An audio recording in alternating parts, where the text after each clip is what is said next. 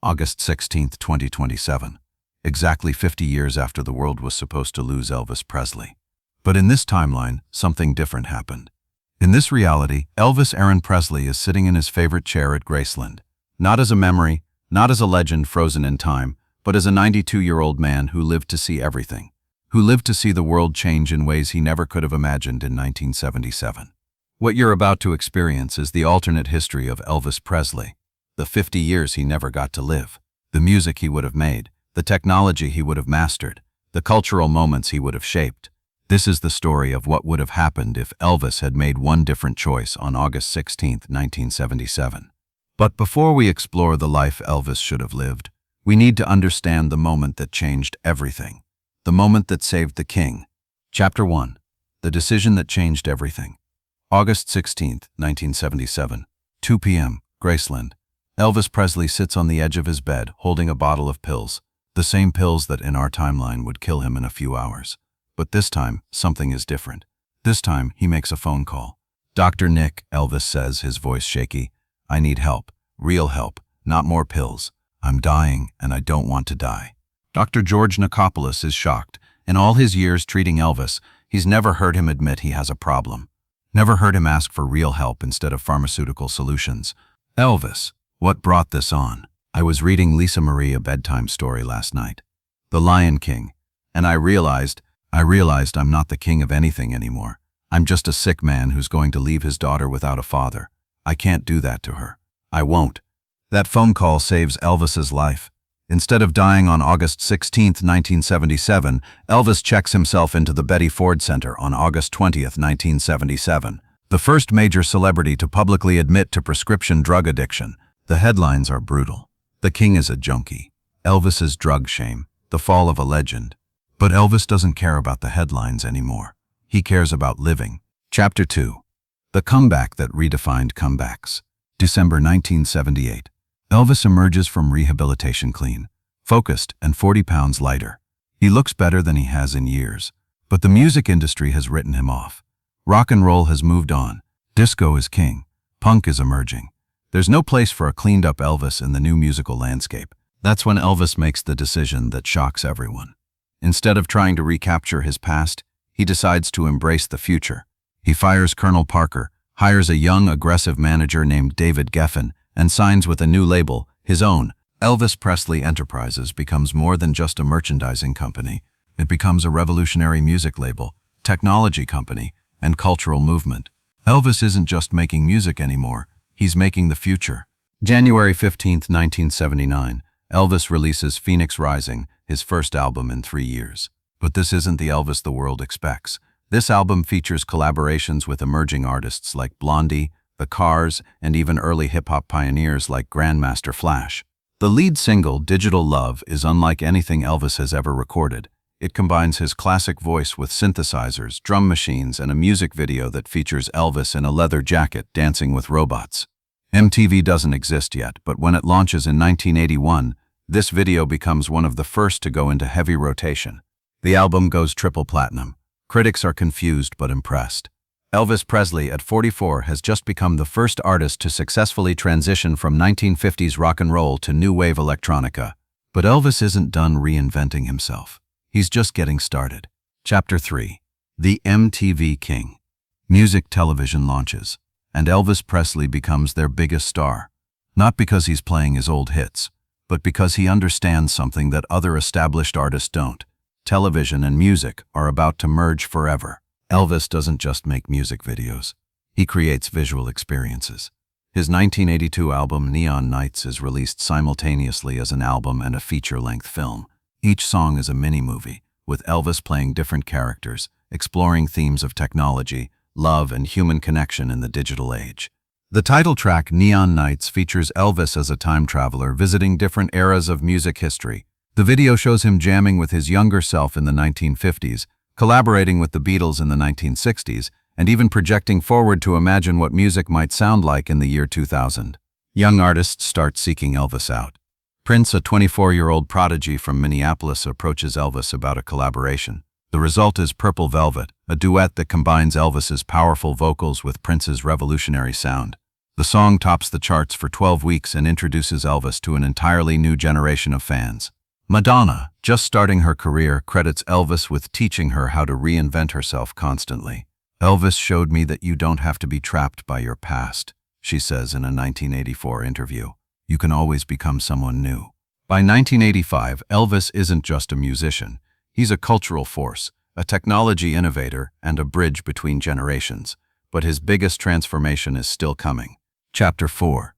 The Spiritual Awakening That Changed Music. Elvis is 50 years old and at the peak of his commercial success. But something is missing. The spirituality that once grounded him in gospel music has been lost in the pursuit of technological innovation and cultural relevance. That changes when Elvis meets a young rapper from New York named Russell Simmons. Simmons introduces Elvis to hip-hop culture, not just the music, but the social consciousness, the spiritual element, the way hip-hop artists use music to address poverty, racism, and social justice. "This is gospel music," Elvis tells Priscilla after his first trip to the Bronx. "This is what gospel was always supposed to be. Music that speaks truth to power. Music that comforts the afflicted and afflicts the comfortable." Elvis's 1986 album, Truth and Power, shocks everyone. Half the album is traditional gospel, but recorded with hip-hop producers and featuring collaborations with Run DMC, LL Cool J, and a young rapper named Jay-Z who's just starting to make a name for himself. The lead single, King of Kings, is a rap song where Elvis tells his life story over a beat sampled from How Great Thou Art. The video shows Elvis in a Baptist church in Memphis, surrounded by a mixed-race choir rapping about addiction, recovery, faith, and responsibility. Conservative critics are outraged. "Elvis has lost his mind," writes one reviewer. But the album goes platinum in 3 weeks. More importantly, it starts conversations about race, music, and spirituality that the music industry has been avoiding for decades. Chapter 5. The Internet Prophet. The World Wide Web is just becoming accessible to regular people. Most musicians don't understand it. Most record labels think it's a fad. But Elvis Presley, now 60, sees something others don't. This is going to change everything. Elvis tells his management team while staring at one of the first websites, "Music, communication, human connection, everything we know about how art reaches people is about to be revolutionized." Elvis becomes the first major artist to launch a website. Not just a promotional page, but an interactive experience. Fans can chat with Elvis directly, request songs for his concerts, and even influence the direction of his music. In 1996, Elvis releases Digital Graceland, an album that exists only online. Fans have to download individual tracks, something almost no one else is doing. The album tells the story of a virtual tour through Graceland, with each song representing a different room and the memories contained there. But Elvis's real innovation comes in 1999, when he launches KingStream, the first music streaming service. 2 years before Napster, 3 years before iTunes, Elvis creates a legal way for fans to access unlimited music for a monthly subscription. The service features not just Elvis's music, but carefully curated playlists of artists Elvis loves. Up-and-coming artists pay nothing to be included. Established artists share revenue with Elvis based on streams. It's revolutionary, and it makes Elvis incredibly wealthy while helping to legitimize digital music distribution. By 2000, Elvis isn't just adapting to the internet age. He's helping to create it. Chapter 6. The Mentor. Elvis enters his 60s as more than a musician. He's become a cultural elder, a bridge between generations, and a mentor to young artists who see him as proof that it's possible to evolve without losing your essence. Eminem, at the height of his controversy, seeks out Elvis for advice.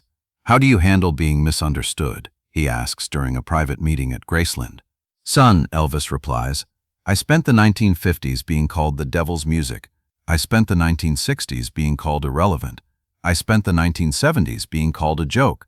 The only opinion that matters is the one you have of yourself when you look in the mirror. Are you being honest?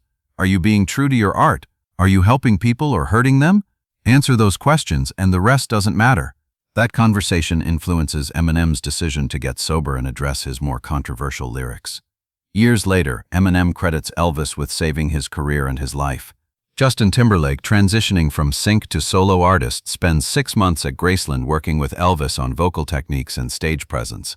The result is Timberlake's breakthrough album, Justified, which features Elvis on the hidden track Learning to Fly.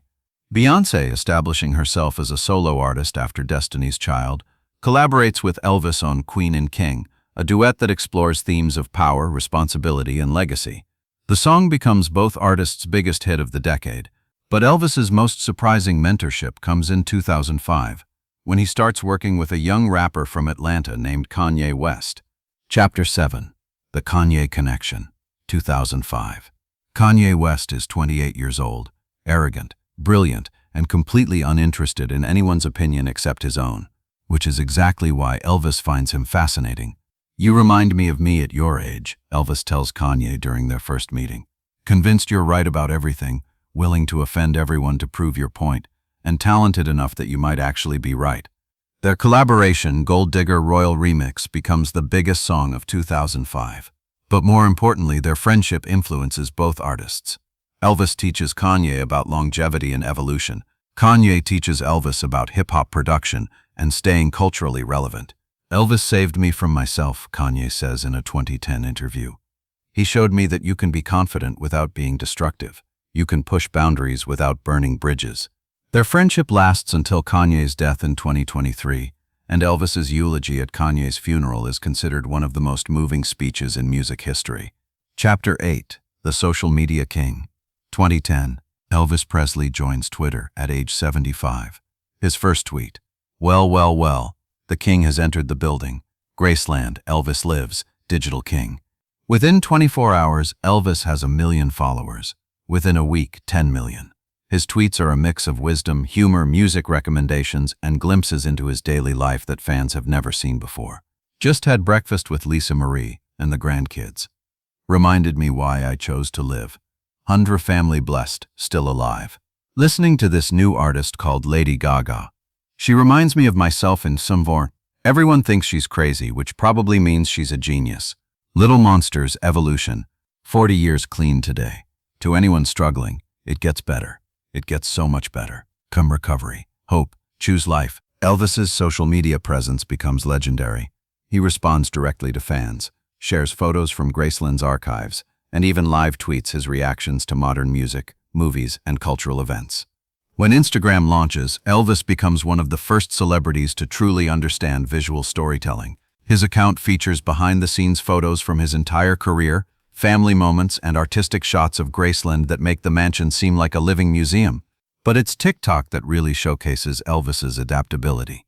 Chapter 9. TikTok Royalty. 2019. Elvis Presley, at 84, joins TikTok. The internet collectively loses its mind. The idea of Elvis Presley, the original rock and roll rebel, creating 15-second videos seems absurd. Until his first video goes viral. Elvis, sitting at the piano at Graceland, starts playing "Can't Help Falling in Love," but instead of singing the original lyrics, he's singing about trying to figure out TikTok while his great-granddaughter teaches him dance moves in the background. The video gets 50 million views in 48 hours. Suddenly, everyone wants to collaborate with Elvis on TikTok. Charli D'Amelio, the most followed creator on the platform, flies to Memphis to teach Elvis her dances. The resulting video breaks TikTok's servers. Elvis's TikTok account becomes a masterclass in cross-generational appeal. He reviews modern music with the wisdom of someone who's seen every musical trend of the past 70 years. He teaches young artists about vocal techniques.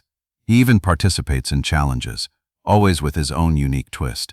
His most popular TikTok series, Elvis Reacts, features him listening to hit songs from every decade since the 1950s, explaining the musical influences he can hear and predicting which artist will have lasting impact.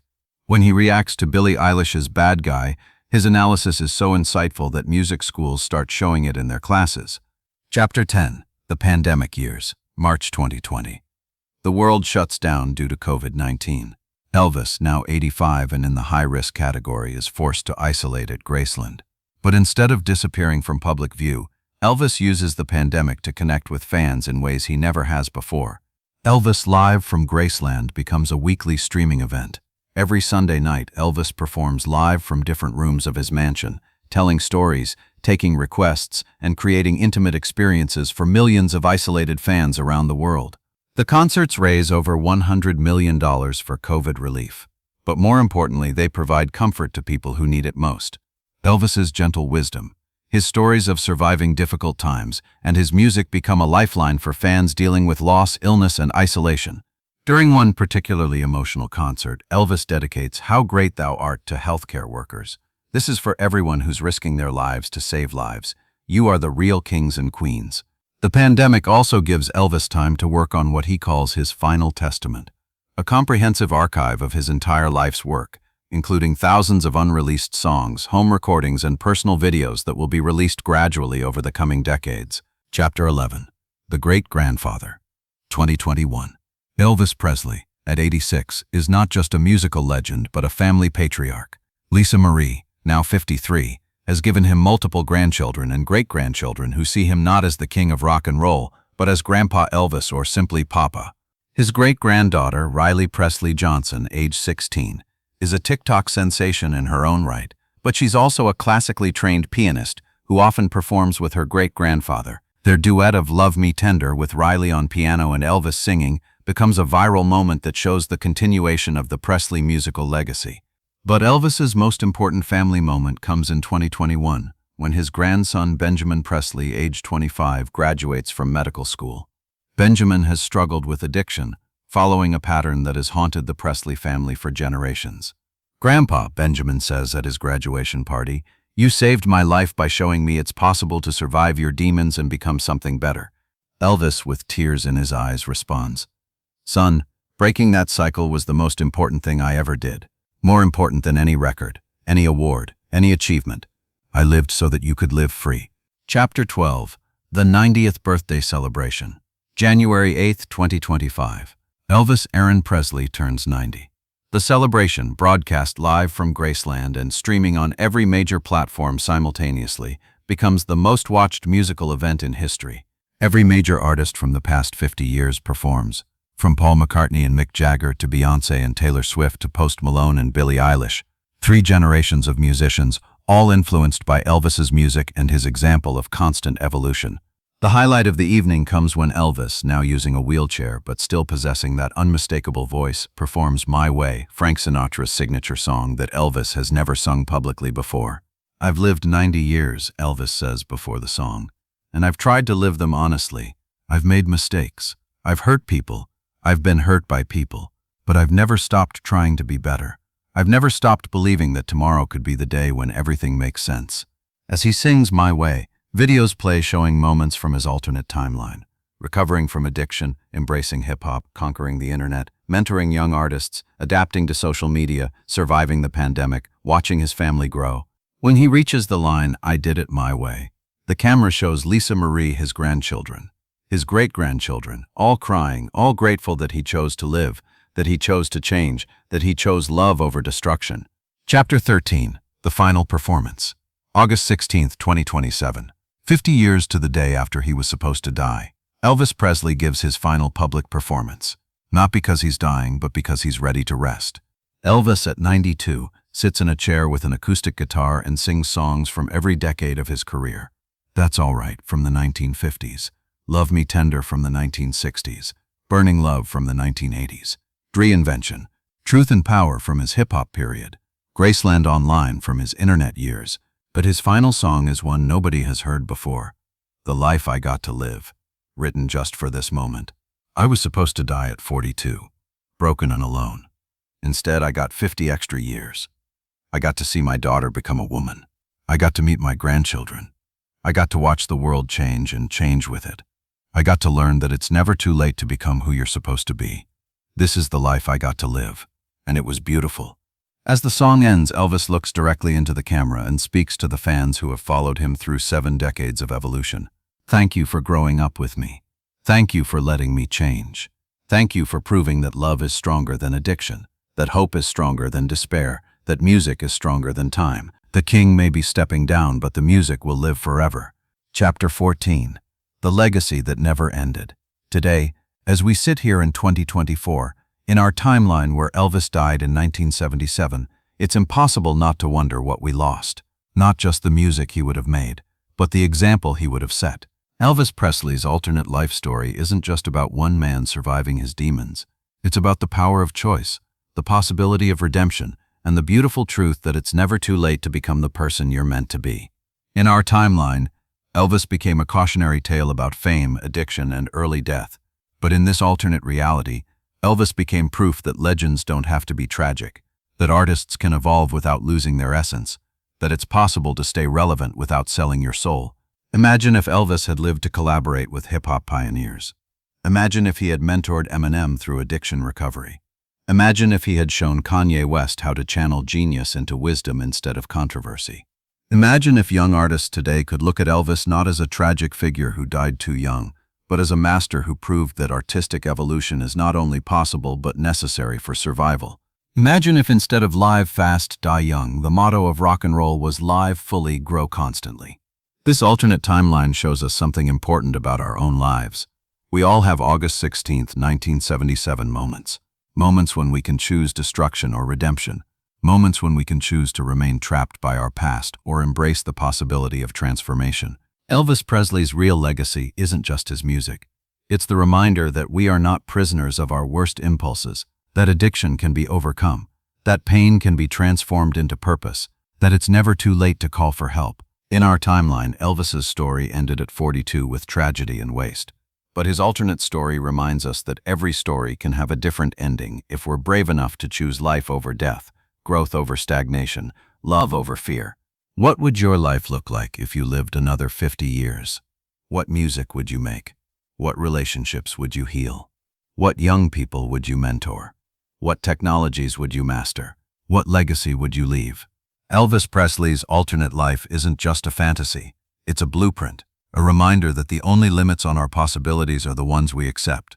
Conclusion: the choice is always ours.